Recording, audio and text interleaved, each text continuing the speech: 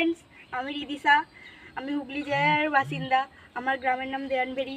আমি সেখানে গ্রামের প্রতিদিনের সৌন্দর্য আমি তোমাদের সামনে তুলে ধরতে চাই।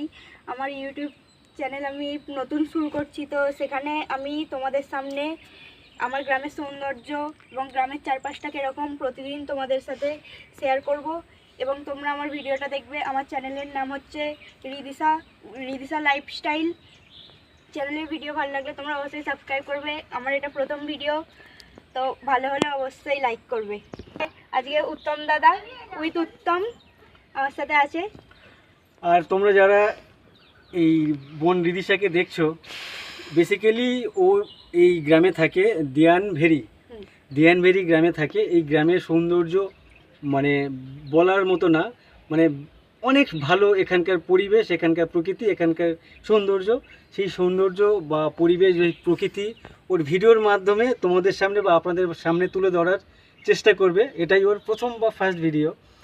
আর আমি এসেছিলাম ওদের পাড়াতে, পেছনে যে ক্যামেরা ধরে আছে তার বাড়িতে, তার পাড়ার প্রতিবেশী সম্পর্কে বোন হয়। তো ও ছোট্ট বোন, ও বললো যে আমি ভিডিও করতে চাই, অনেক দিন ধরে ভাবছি, তো তুমি যখন এসছো আমাকে একটু সাজেস্ট করো কীভাবে করতে পারি।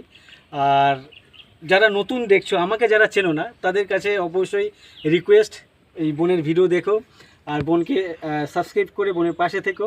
আর যারা তোমরা আমায় চেনো, আমাকে জানো, আমার ভিডিও তোমরা দেখো, তোমরা অবশ্যই এই বোনের পাশে থেকো, অবশ্যই এই চ্যানেল সাবস্ক্রাইব করে এর পাশে থেকো। আর এই দিয়ানভেরি যে গ্রাম বা এর আশেপাশে আরও অন্যান্য অনেক গ্রাম আছে, বিশেষ করে হুগলি জেলার অনেক গ্রাম আছে, যে সমস্ত গ্রাম প্রকৃতির যে এত অপারূপ সৌন্দর্য, সেটা এই গ্রামে বা এই হুগলি জেলার মধ্যে আসলে জানা যায় বা বোঝা যায়। আশা করি ও সেই সমস্ত জিনিস এই ভিডিওর মাধ্যমে তোমাদের সামনে বা আপনাদের সামনে তুলে ধরতে পারবে। তো যাই হোক, অবশ্যই প্রথম ওর ভিডিও, বেশি বড় করছি না, লম্বা হয়ে গেলে আবার এডিট করতে গেলে চাপ হয়তো হয়ে যাবে ওর ক্ষেত্রে, তো বেশি বড় করছি না।